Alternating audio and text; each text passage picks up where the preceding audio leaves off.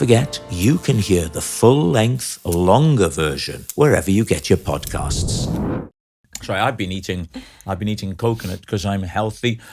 My guest today has two projects coming out, one of which, and please don't let this put you off, I'm in, but the other one you can watch with impunity, all the way from California, Emily Bader. Hello. Thank you so much for having me. It's so good to see you. The reason this is exciting is because we've got two things to discuss, because we're both in My Lady Jane on Prime Video. Mm-hmm.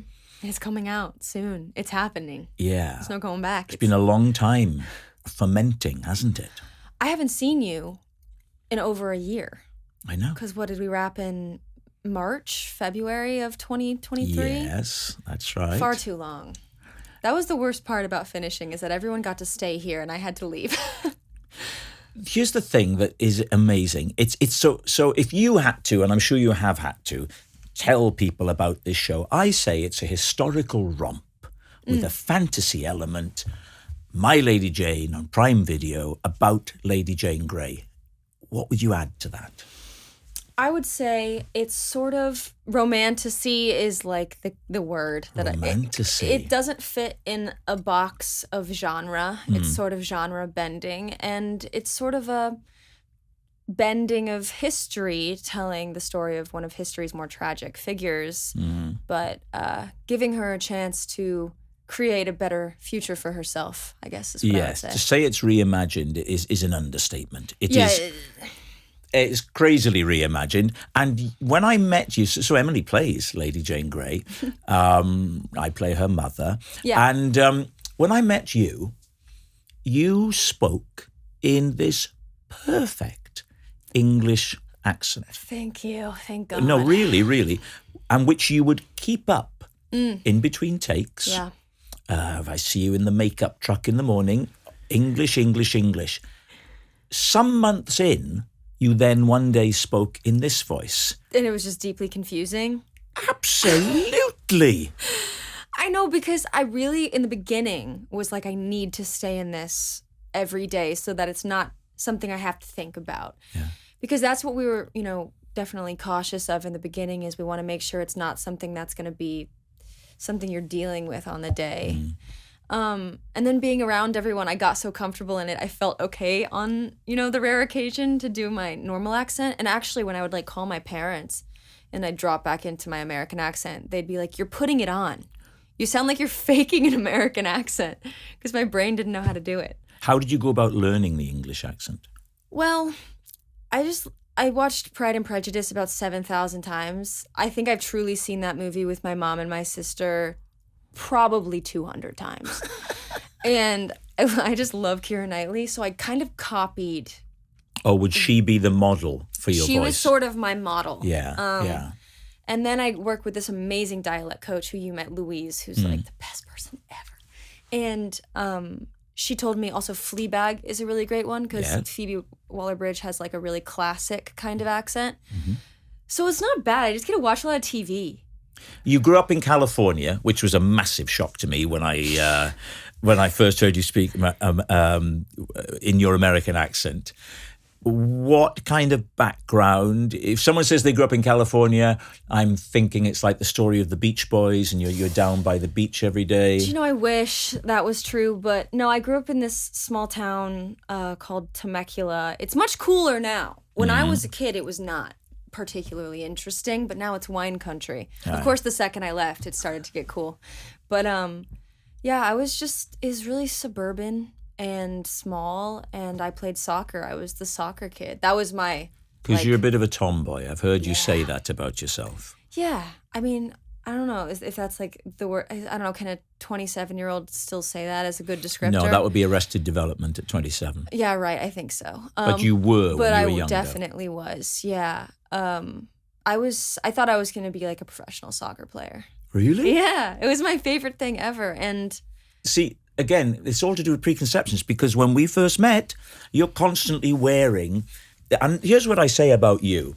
on it. It was a 7-month shoot. You're artist number 1 on My Lady Jane on Prime Video.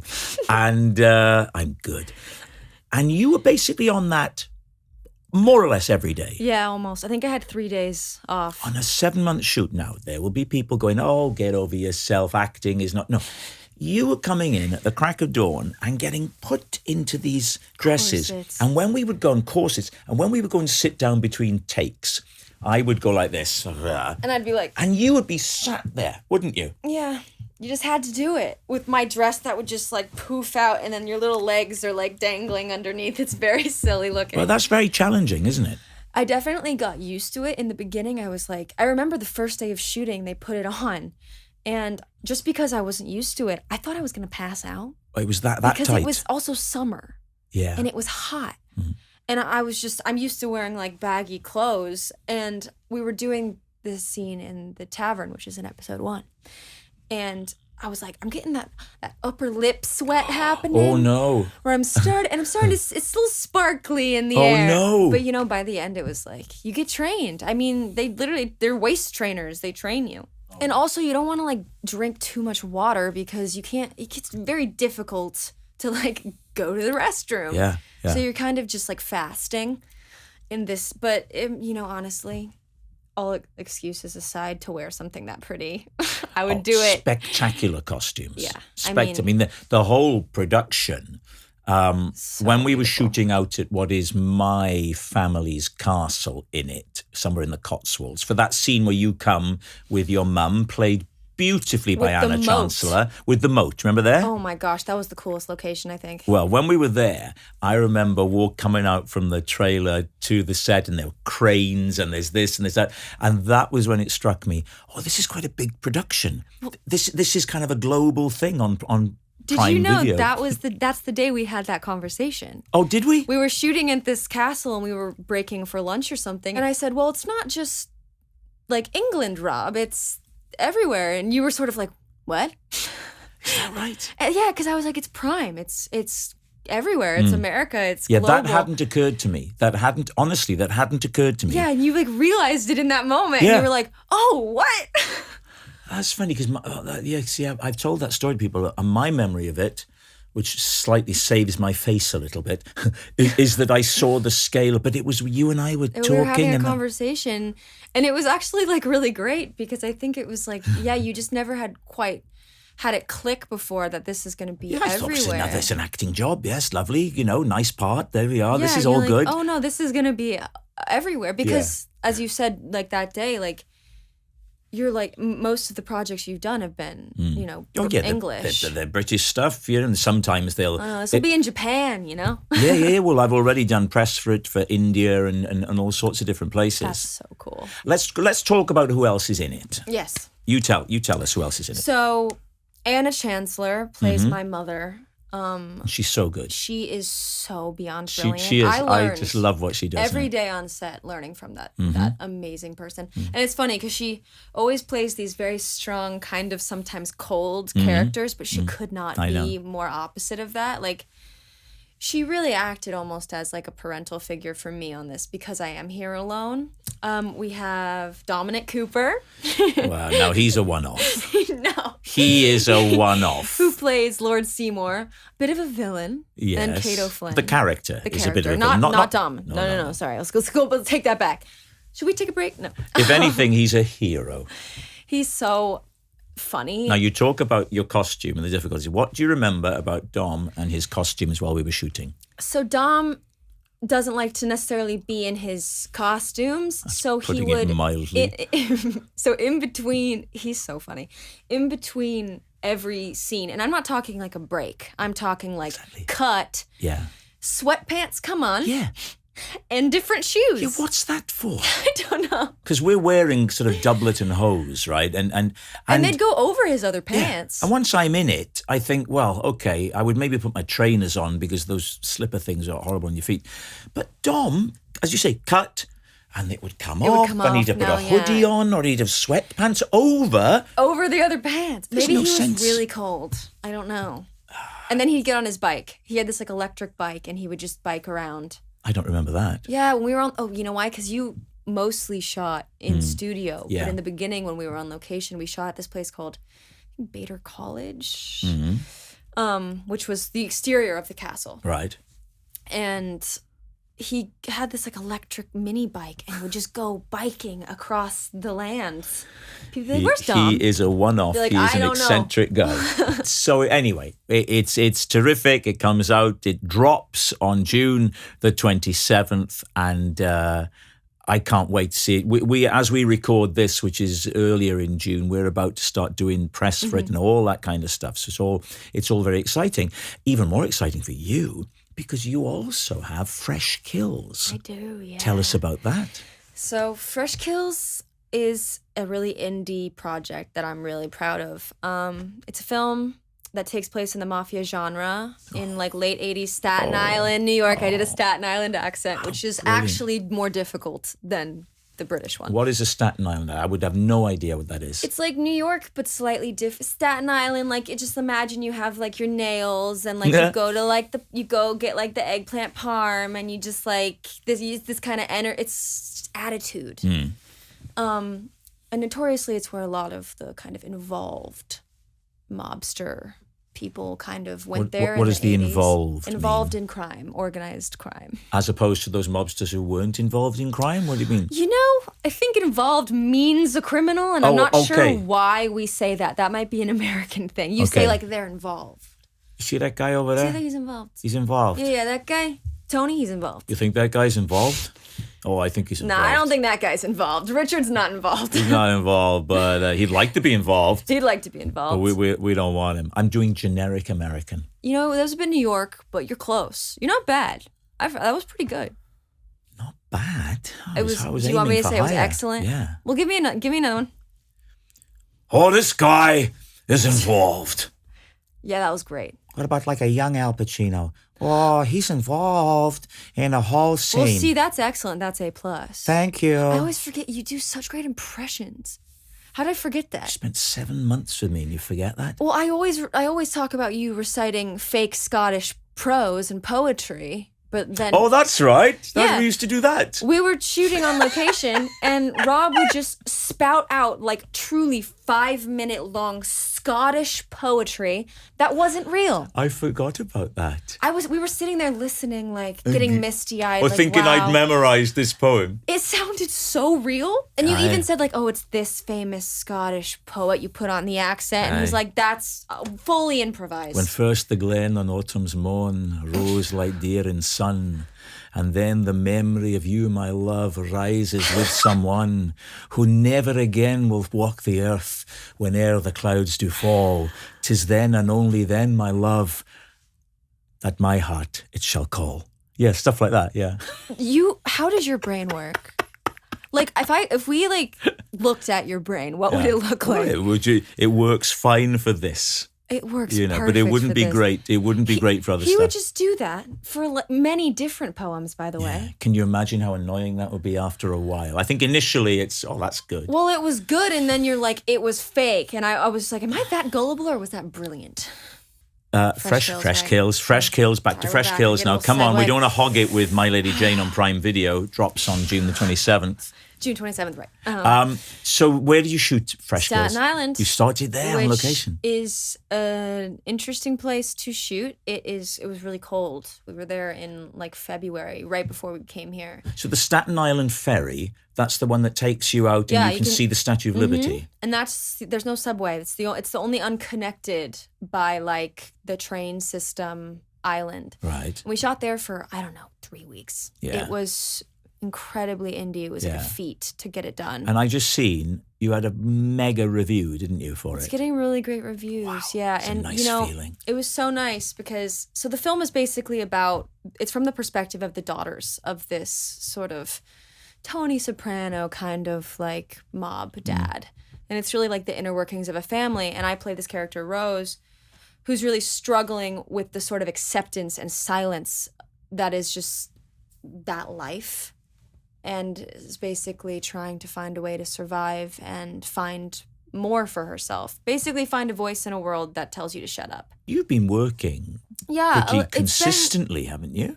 I feel like my career's kind of like a clear stepping stone in the way that, like, I had some, like, really teeny tiny jobs when I was, like, really bad at acting, which I really was. And then When you say bad, in what way? just, like, horrifically bad. Like How is that bad?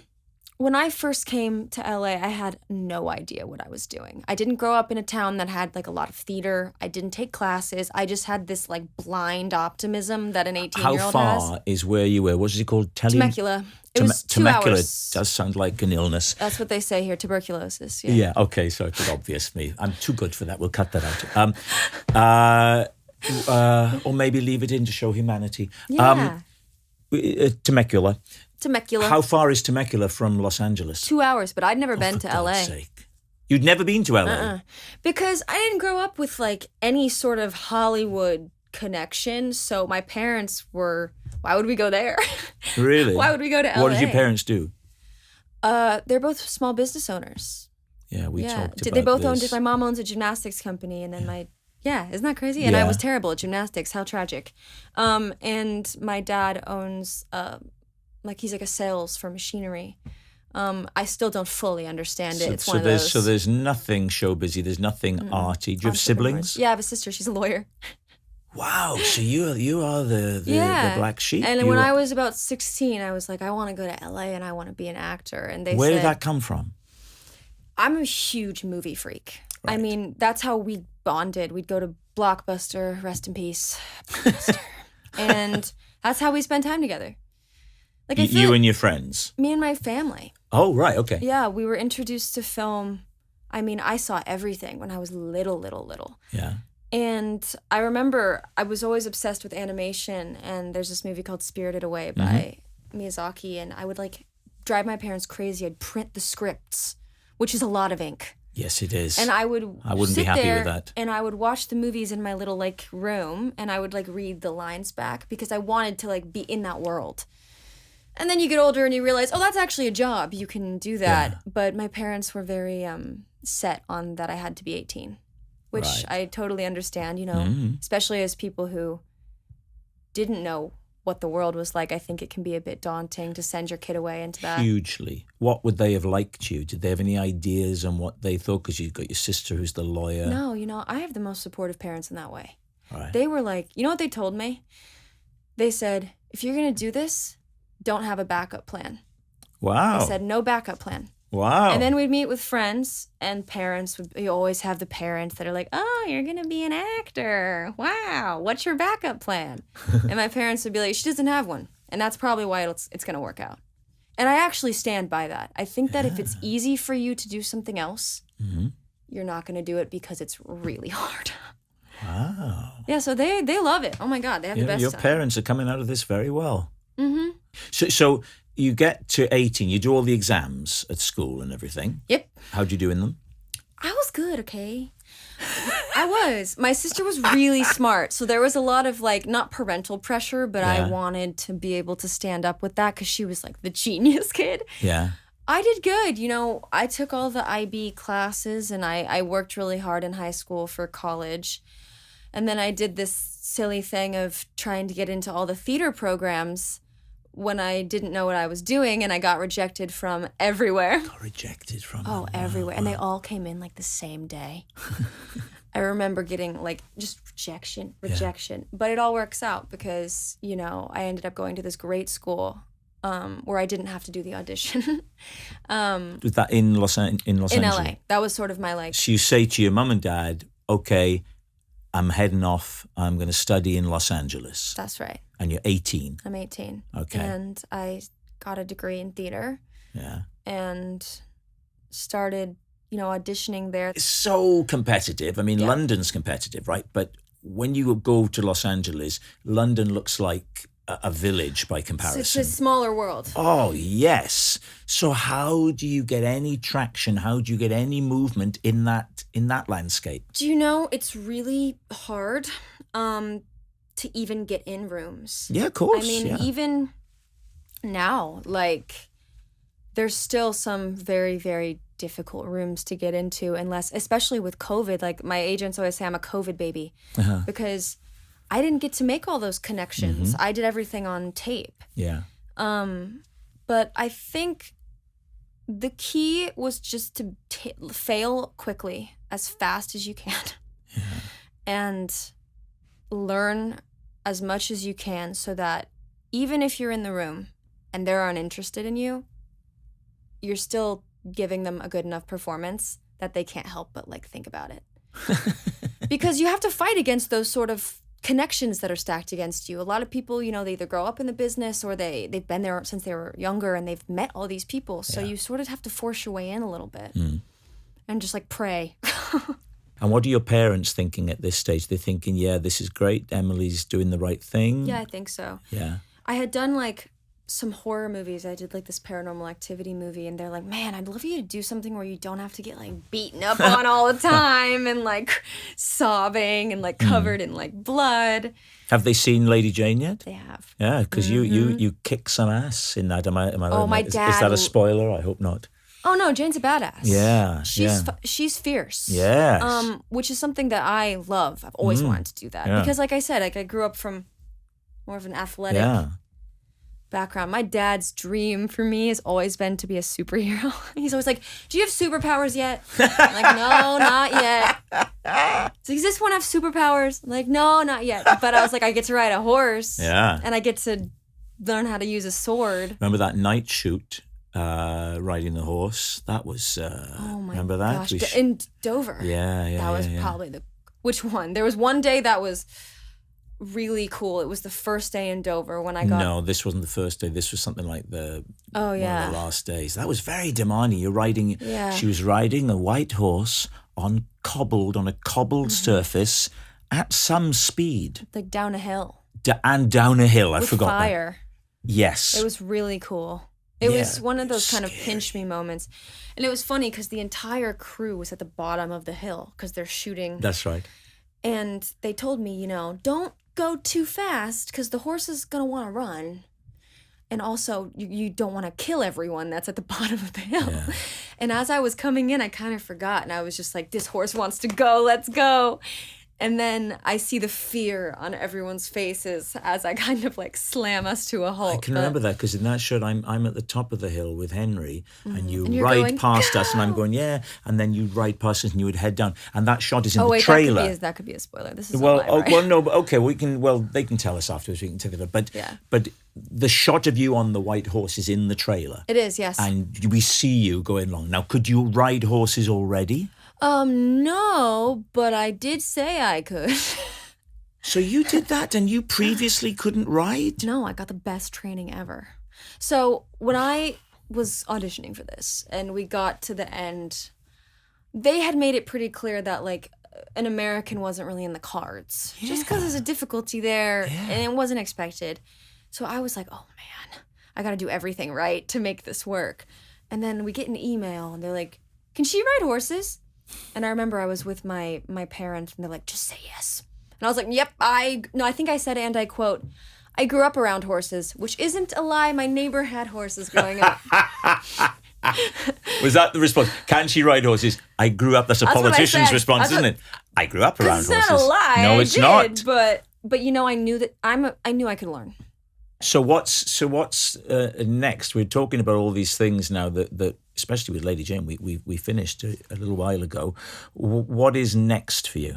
To be determined. Oh, you know, I am currently looking for the next thing. I would love to. I just love like layered characters, complex stories, and those are hard. I've been so fortunate, really, to be able to have such interesting female characters. So something like that. I mean, I hope we get another season. That would be great. As long as I can remember, there have never been more female characters, more female-centric, female-led projects than there are now. Do you see it that way, or is that just me with the benefit of my age? No. I think it's well, definitely, it's getting better. Oh. I think it was almost. It's unrecognizable. I think it was almost never happening, and I still think that there's room. There's definitely room to grow, but it's female stories are beginning to get a platform that is because people always say men sell movies, right? Yeah, like but I don't think that's true. I don't think that's true, but that's what people think is true. Yeah, like you have to have the Tom Hanks, you can't have the like amazing female lead in like a action adventure, and I think that's changing. And by doing that, we're just going to have more interesting stories, which I think we need right now. Like, I feel like everyone's a bit disheartened. Just a bit. Yeah, just a little bit disheartened. And if we want to lift their spirits, what would you say they should be watching? I would say on June 27th, they should go to Amazon Prime and watch this show called My Lady Jane. My Lady Jane on Prime Video on June the 27th. Good Lord. Emily That was Bader. Dudley of you. That's me. This is sounded- how I talk, you see, in the show. And if you want to see me talking like this a little more, go to Prime Video on June the 27th. Emily, so lovely to see you. Oh, thank you so much. We're about to spend a little time with each other promoting Yeah. this, but I don't think any other interview will say My Lady Jane on Prime Video on June the 27th quite as many times as we've said it in this interview. One more time. My Lady Jane, Prime Video, June 27th. Good. I think that's an even 10, so that's good. All right. The interview. It's over. Yay! You happy it's over? No, I was happy we did it. Okay.